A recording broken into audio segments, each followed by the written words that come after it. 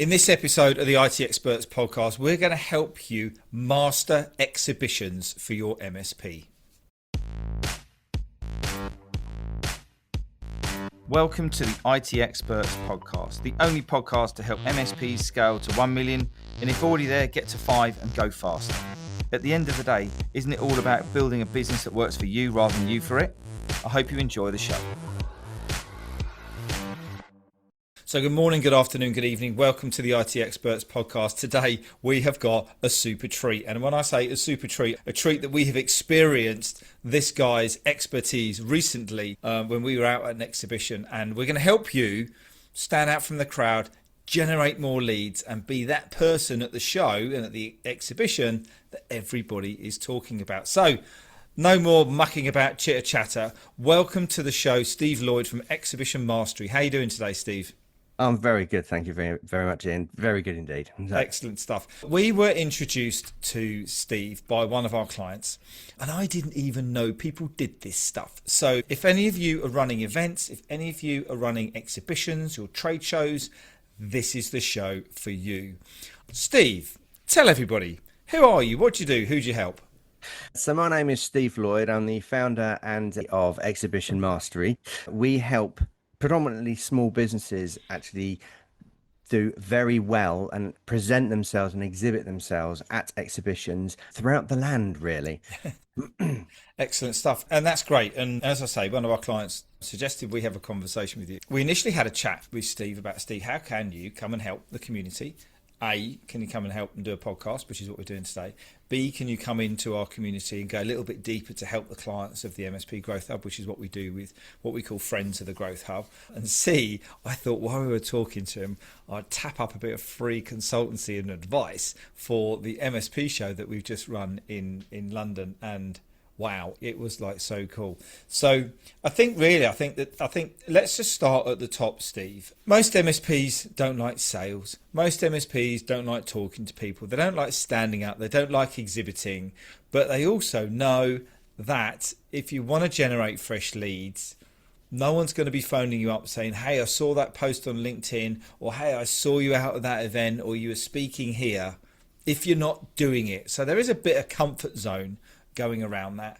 It stops the MSPs from doing this thing. But this is about confidence, isn't it? And what we're going to do today, we're going to give you some confidence in a plan so that you know that when you go out there, you're going to be confident. Do you see this all the time? How does this kind of show up normally with smaller businesses?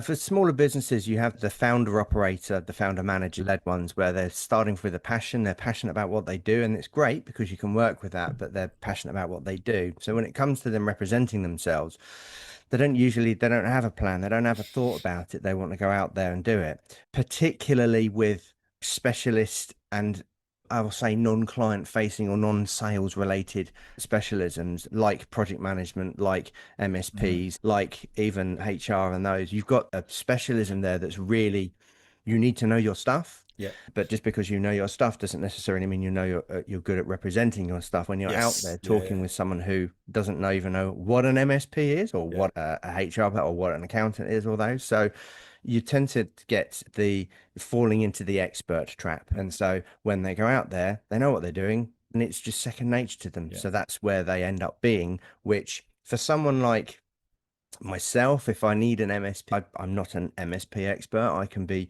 knowledgeable enough to be dangerous, but actually when it comes to an expert, I don't know the language and terminology and the jargon, which is generally a lot of the bigger thing that happens for them. So yeah, it's helping them get that confidence to then almost dumb down their approach and then be okay with it so that they can then talk with people, they can actually engage with them and start that full conversation. Love it. And do you know what? The best bit about this, and you're going to love this, MSPs, the best bit about this is that the advice that Steve gave us when we've been to this recent exhibition was less is more. And it didn't cost us, it cost us a little bit more, but it didn't cost us a ridiculous amount of money more because it's just about the visuals, isn't it? Steve, you've got a system and a process, haven't you? Let's just talk through that rather than what I normally do is jump in and get all excited. Let's just talk through where do most people start off with their exhibitions? What do most people do wrong? And then let's give them the framework so they can do it right. Sure. There's a number of common mistakes people make, especially if you are not used to exhibiting. It depends on the type of exhibition that you're attending.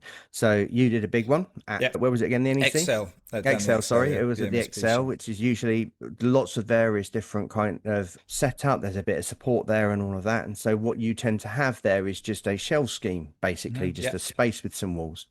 On smaller, more local exhibitions, you are in a hotel area and you might just have a space, but what you're also given is a table and chairs and that. So what the biggest mistake I've seen is that people turn up to these things and they just accept what they think that's Yeah. actually the case. So what you end up having, because the MSPs are not the only ones in the same boat, most people are. What you end up having is most people there with a couple of roller banners, the table, the chairs, you fill the table out with all of your different literature and all of this, and you might have an iPad or a tablet or some kind of screen or something, maybe showing something that might possibly be interesting to passers-by. And you sit down and you're waiting for people to then come to you. And it is the biggest mistake I actually see is people, they just accept what they've got. They think there's a table, so they must fill it.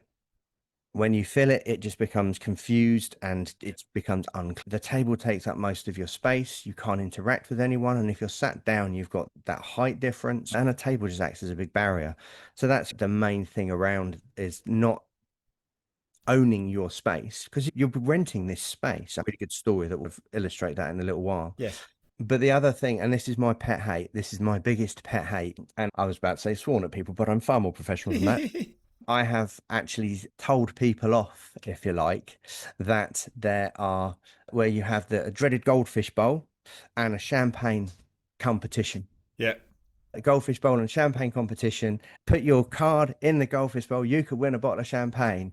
What the hell has that got to do with, in your case, an MSP, Yeah. your business whatsoever? Unless you're selling champagne, how on earth is that memorable? How on earth does that actually relate to it? And actually having it, and how is that attracting the right kind of contacts that you need? Do you want people that actually need your service, or do you just want to collect cards? Because that's what champagne does. Yeah. It's also a little bit exclusive because there's been a much greater rise in things like people choosing not to drink from an early age. You've got the faith aspect, and people whose faith they don't drink because of their faith. So how can you engage those? Because they also might be your target customer. So there's an in-depth level on that one, really. It's just interesting, isn't it? That's the standard. You walk in there, and we saw it last week. People sitting at the back of their little booth, just like waiting for someone to come up. The banners and everything shoved at the back of the exhibition, and everybody looks the same because, in your case, a lot of these trade shows are done at hotels and conference centres. That's the way that the conference centre want it laid out. You know, which doesn't mean to say that that's how you've got to lay it out. You're not going to go radical and start doing things all crazy. But that's some of the problems, isn't it, that we see all the time. Yeah, at the end of the day, you're given power. And so there's lots of different options that you can do with that. It is usually the two roller banners, the tables and all that kind of stuff. You can use your roller banners. They can be good. I'm not a big fan of roller banners, but they do serve a purpose, especially if you are on a budget. Yeah. But it's how you then get it designed, all of those other different kind of stuff. Thing that you see can be improved. What's some of the do's and don'ts around the roller banners and that messaging we have on our name of the business, which is quite interesting because it does what it says on the tin. People come and go, "What is it you do?" It goes, "Well, we grow MSPs," and they go, "Okay, got it." You know, but not everybody's in that position. And then we've got a tagline under it. It's going helping you scale to 1 million if you're already there, helping you get to 5 faster. That's quite clear on what they want, and I was quite pleased actually when we spoke. You didn't make any changes to that, which is good because that's what all of our banners say.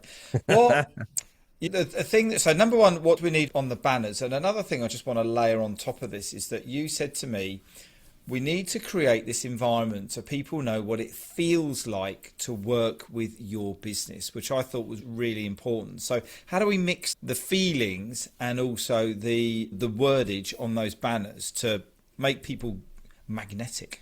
Yeah, I think it's like a recipe of a really lovely cake. You can have great individual aspects of that, but it's only the way that you then put them together do you then get a fantastic cake at the end of it. And it's the same kind of thing. So on banners, there's some basic stuff. One is to know what it is you are doing and why you do it and who it's for and and what people should do next. Keep that really simple. We are goldfish, and we look at something, and if it resonates with us quickly, we will then act on it. If it doesn't, we'll just move on.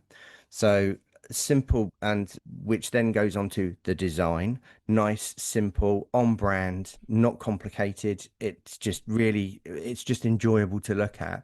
And another really simple one on roller banners is that roller banners are about 2 meters high. If you do end up with a table, or if you do end up with something else, your contact details aren't at the bottom, or they shouldn't be. Yeah. They should be nearer the top, because that's actually the thing. When you talk with someone, you look at their face, you don't look at their shoes. As you approach, you look at their face, down to their shoes, and then back up again.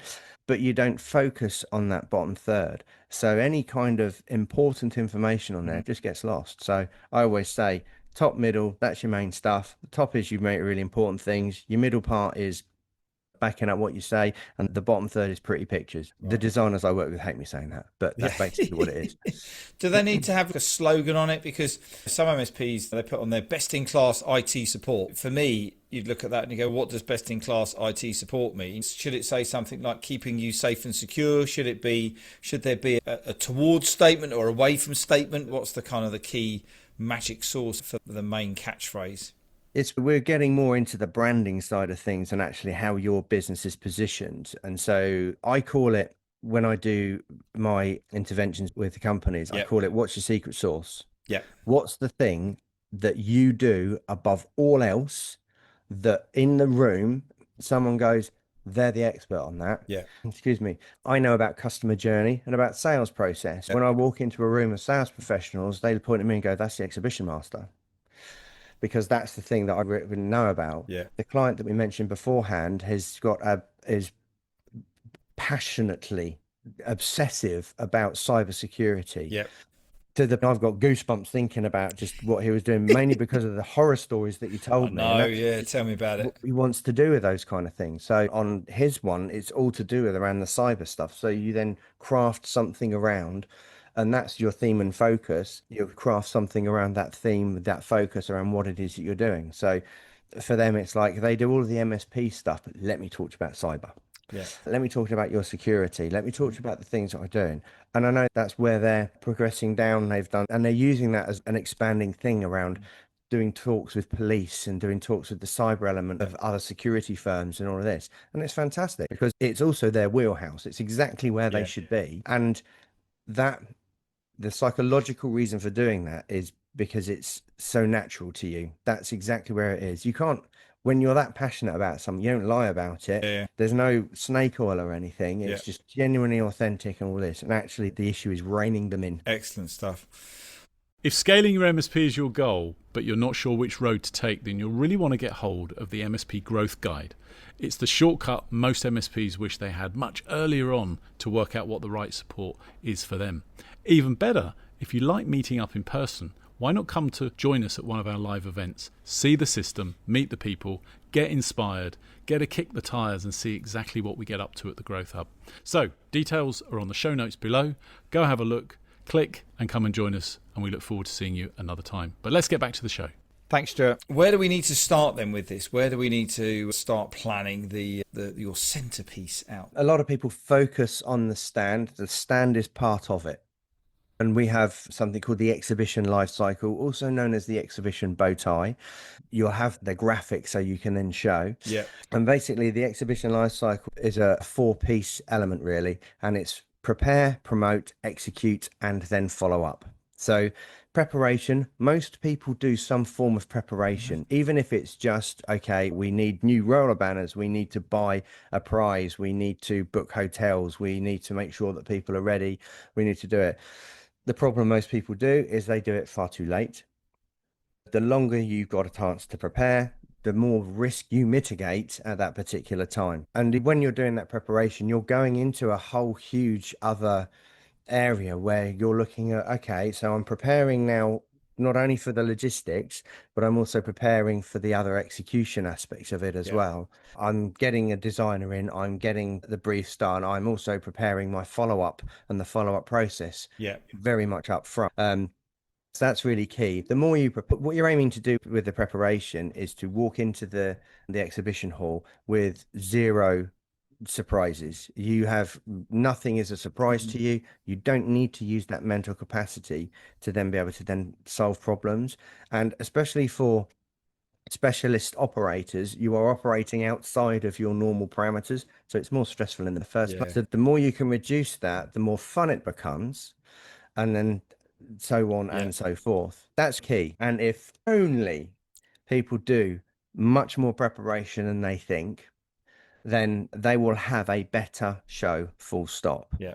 The second one is about promotion. And there is you are renting a space. It is your pop-up shop. And there is a little my shopping center story, which kind of illustrates this rather well. Shall I share that now with you? You go for it. So imagine you're not an MSP, but you have something that sells widgets. Let's just call it the widget shop. And actually the widgets are going to be the best thing for everyone ever on the run up to Christmas. I live near Milton Keynes. It's a great shopping center. It's very busy over Christmas. Milton Keynes Shopping Center approaches you and saying, for 2 days, you can have a shop on one of our busiest areas. Footfall is absolutely huge. You can have it. You can have this shop. You've got some power. You've got some internet, but you just got this space. Okay, so in you go. And it's going to cost you X. Let's say it's £5,000 for the 2 days. Are you just going to turn up with a couple of roller banners, a bowl ready to collect some business cards and some champagne with some stock? You're going to put the stock out on the table and then just hope for the best that people are going to come in? The short answer on that is no. Hopefully what not. you'll get yeah, what you are going to do, because you know that this is a really fantastic opportunity for you, the widget's going to be the best thing. It's going to be the most popular thing out. So you're going to do some pre-launch marketing. You're going to actually then create some promotional stuff. You're going to then hire people in so that when it comes to executing those 2 days, you're going to create a buzz and excitement. You're going to dress and merchandise the whatnots out of your store to make it the most inviting place in, so that when you're in an area where lots of people are aiming for that Christmas present money, you are the most appealing. You're going to train your staff that they can actually understand selling, so they know how to sell, they know how to upsell, they know how to behave in terms of customer service, they can engage with people quickly, they can get people excited with that kind of stuff. And you're going to have competitions on the run up to it, and during the day you're going to get some local media in, because yours is the next big thing for Christmas, and you're really going to actually go to town on that, because your £5,000 needs to then translate to something else, and the opportunity that you've got is huge.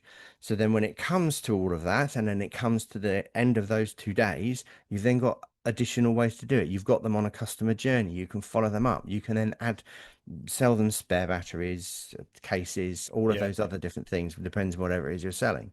So the moral of the story really is that actually, if you're going to an exhibition, what you are doing is you are making a pop-up shop in a pop-up shopping center. The shopping center happens to be for, at the MSP show, the MSPs, and that's where your target audience is. So you're in the right place in the first time, but you've done something that actually really elevates you up, because you are approaching it like a retailer, like an activation, that kind of stuff.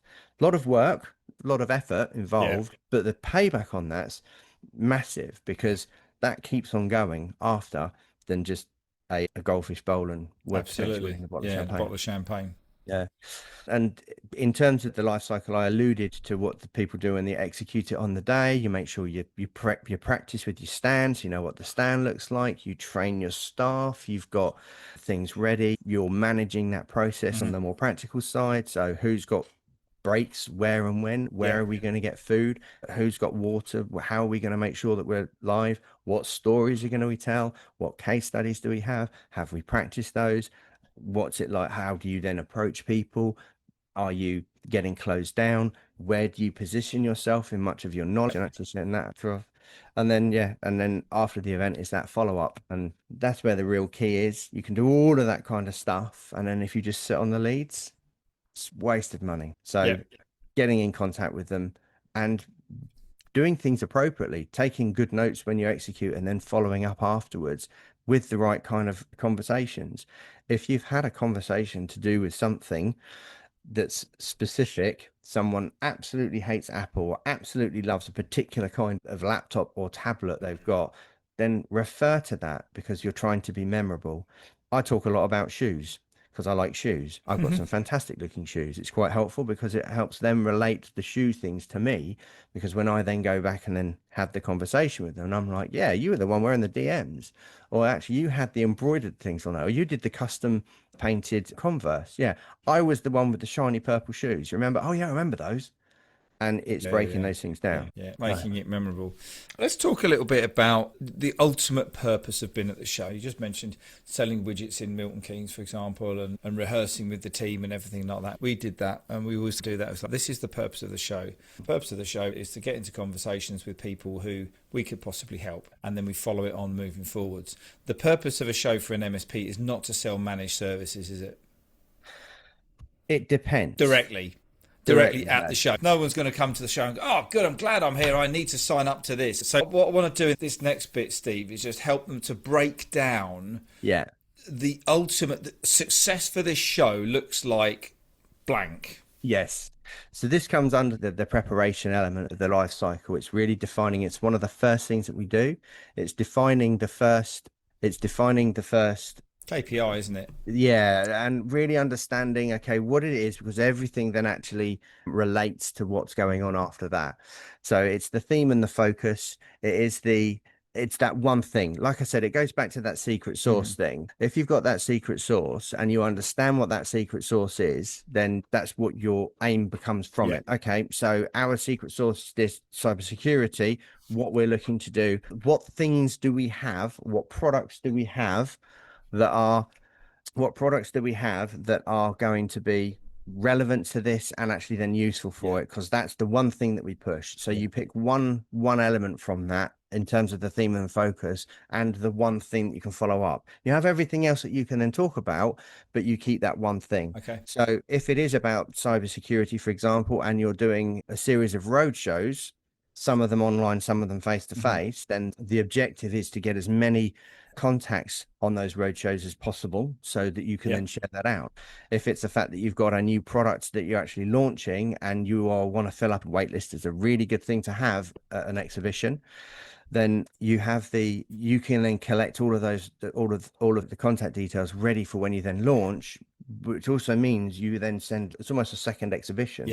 The first exhibition is seeding the second one, because then you go, oh yeah, we talked about this and this is really exciting. I'm going to drip feed you stuff that makes you go absolutely bonkers for it.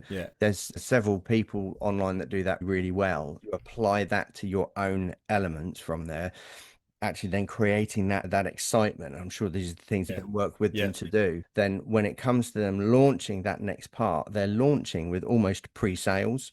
Ultimately, it does break down into, you either want sales, leads, or awareness.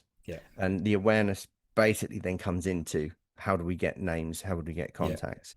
And getting the right ones. Okay, cool. Standing out from the crowd, various different things. We have this really fancy Wheel of Fortune, which in actual fact we bought about 4 years ago. We had it designed for us about four or 5 years ago. It wasn't cheap, but what it did do very interestingly at the MSP show is it made every other Wheel of Fortune look like it just come out of a cracker, because it was really good quality. So investment in that, and people just want to spin it just for the sake of spinning it. There was people there with obviously all their merch, and then you've got some people playing games and things like that, Mario Kart and various other bits and pieces. What's the showstoppers? What are some of the best things that people can put on their stand that will stop people, get them to go, oh, this looks interesting? Because it's about stopping people walking by while they're quickly scanning, because they don't want to look at you because they're worried that you're going to sell something to them, but you want to create that pause, don't you? What's the do's and don'ts around that? Oh, I'm going to be a bit controversial here. You have very well-trained staff. Oh, okay. Because someone you can engage with to have that conversation. You don't want everyone, unless you have got a product where you want everyone. You don't want everyone. So you have well-trained staff that can qualify, that can engage. If your competition is something that's fun, but not relevant to what you do, you'll have a lot of lead sifting to do. Yeah. I was at a show, the British business show a few years ago. I was working with a particular company. Next to us was another company based in Northampton. They did a lot of work with Formula One guys and all of that. So they actually had a Formula One simulator there, which was brilliant because you had, on the first day, there were people there that were actually genuinely looking for what they did, and to be able to then, and it was a nice bit of fun. It looked cool. It was a proper rig, and they had that chance to do it, and they worked that room because as they came in. On day one, they had someone that was qualifying them before they let them actually sit into the simulator. On day two, that person wasn't rotated in. Big mistake. And so anyone that came up said, "Do you want to have a go?" Yeah. So we had all of the motorsport students that all know how to race, like live in simulator. So all of a sudden, these what seemingly looked like good times were like 10 seconds off. Ridiculous. Yeah. So you can use anything. I find that there's the stuff that gives you a personal interaction is good.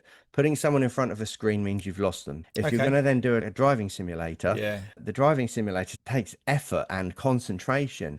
And you're just focused on that. So you got to wait for that person to finish their lap before you have the conversation, by which time they're all excited about the lap they've just done. And it doesn't really work. So having people that can actually engage, I'm a real fan of close magic, and actually having someone doing card magic and everything. There's a gentleman that I've had the pleasure of seeing multiple times in London. He's Magic Man London. He's called David. He's fantastic. He has this thing called the stick trick, where he has this stick where he puts writing on it and it just disappears and comes back. The looks on people's faces, but he will also then weave whatever your theme is into the tricks that he's doing in terms of a story. So he's a fantastic storyteller as well. And so when you've got those people there that are like absolutely amazed, during that time, he can then, someone like him, they're worth their weight in gold, to then draw them in saying you need to have the conversation. But his confidence level is huge, so he'll stop anyone and everyone during the tricks actually be able to do it. So other things, Wheel of Fortune, all of those different kind of stuff. The main thing around that is that it's representing your brand. So is it quality? You've invested in it. Looks good, feels good, sounds amazing. It generates an actual feeling and an experience.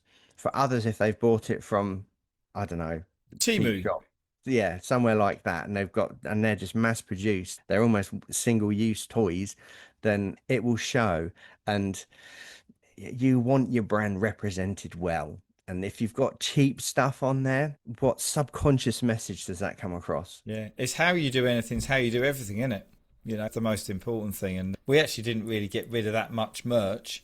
Stuart piled up a whole load of it on the van, but we didn't get rid of it because people just want to come and see, can you actually help me?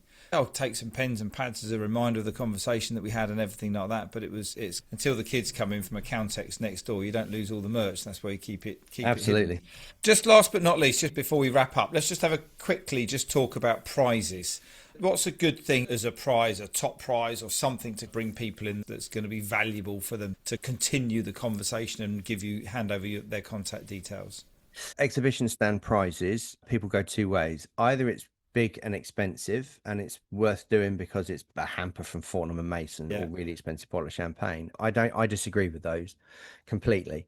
You can weave stories around them to make them relevant, but ultimately that's a no-no. An exhibition is a business development process. It is an activity you are doing to win leads, to win business, to get the right people through the door. So therefore, if you've got a really lovely prize, you're going to get everyone's business card.